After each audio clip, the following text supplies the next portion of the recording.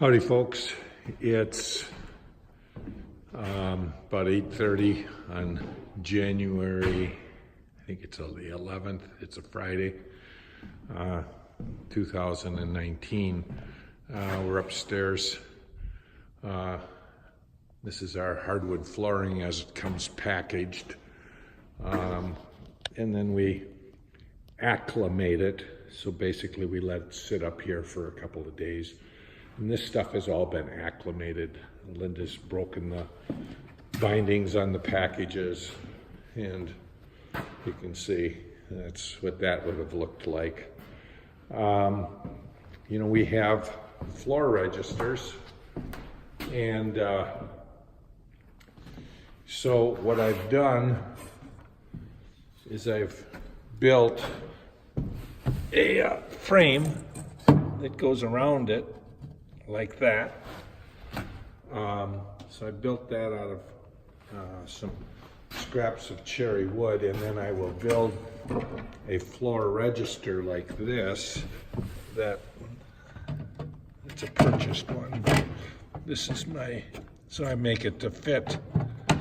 Obviously that will be made to fit the size of my thing, and that register will fit flush with the frame. And then what'll happen is, as the cherry hardwood flooring is installed, there's a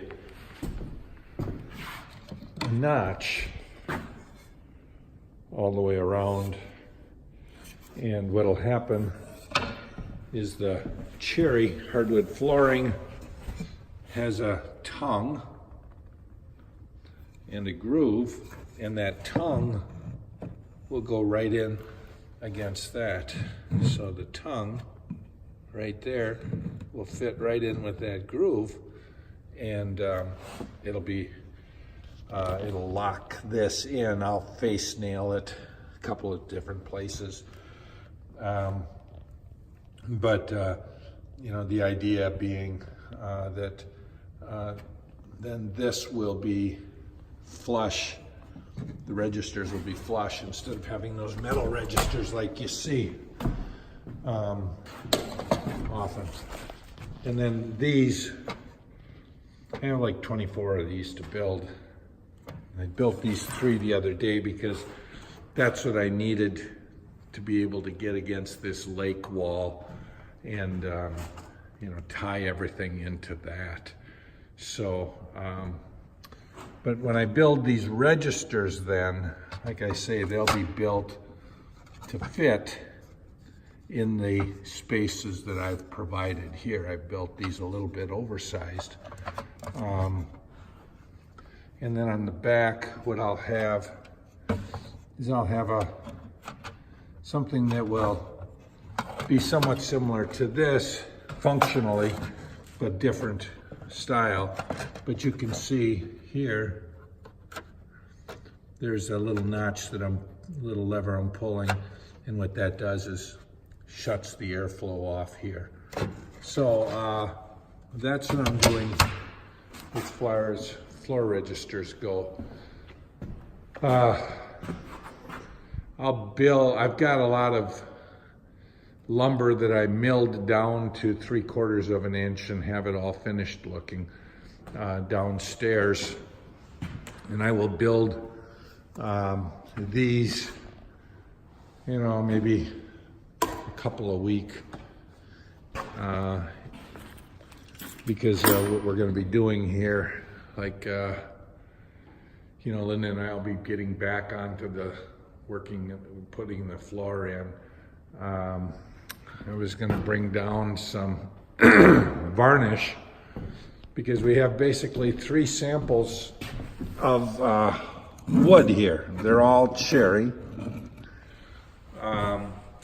This one, she put the stain on and hadn't sanded the board. This one, I put the stain on and I sanded the board. And this one's natural. So there's a couple of ways, a couple of things we can do. We have to sand all the floors. And the reason we have to sand the floors is oh, you know, for here, for instance, you see there's a little bit of a ridge there.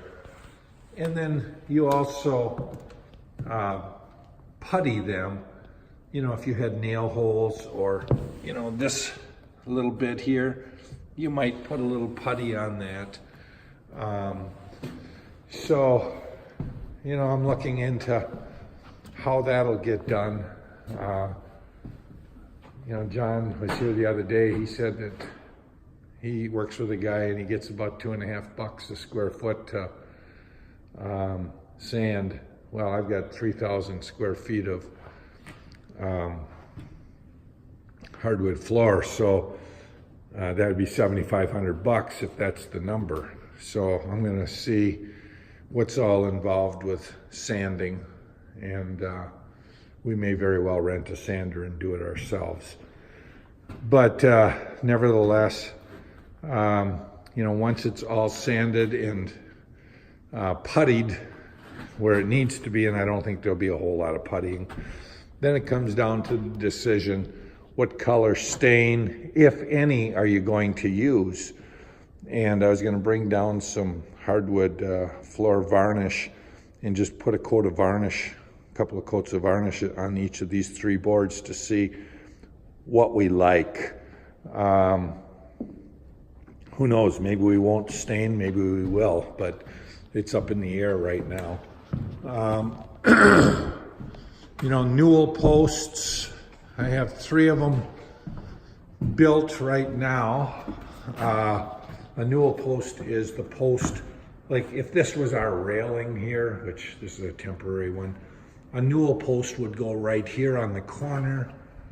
I'd probably have one here in the middle and here on the end, and then here on this end. So that's 1, 2, 3, 4. And then I may very well have a newel post, or maybe just what they call a rosette, but it'll tie this railing into that wall. I'm not sure yet, but you know, if I build one there, I know I need another 6. You know, I need for sure 1 coming down the stairs, 1 at the bottom, 1 at the bottom of that little stair. That's 3. 1 at the bottom of that little stair, that corner, and that corner, and that's makes for 6. You know, that's a while down the road before I need those newel posts, before I need all 11 of them, if that's the number that I end up with. You know I've showed you glue-ups, but you know, here's the newel post that I glued up yesterday. I have a lot of clamps on there, maybe 16. Now, what I do to get them straight, you see what I've done is stacked 4 boards together. And when I'm gluing them, what I do is I take some of that angle iron and I put a piece of angle iron on this side and the other side of this thing, and I clamp it, and it pulls all 4 of those boards together square. And I do it on one end and I do it on the other, and then I clamp, and then I can take those angle iron pieces off, and I end up with a nicer square of newel post. Well, that's about it. I'm going into the workshop, and we'll be today on probably making some more of those face frames, and then cutting some. I have a stack over here of 2x6s, old, you know, from the old house, and I'll take those out and I'll start cutting those down so that I can make stiles and rails. Thanks for following our progress.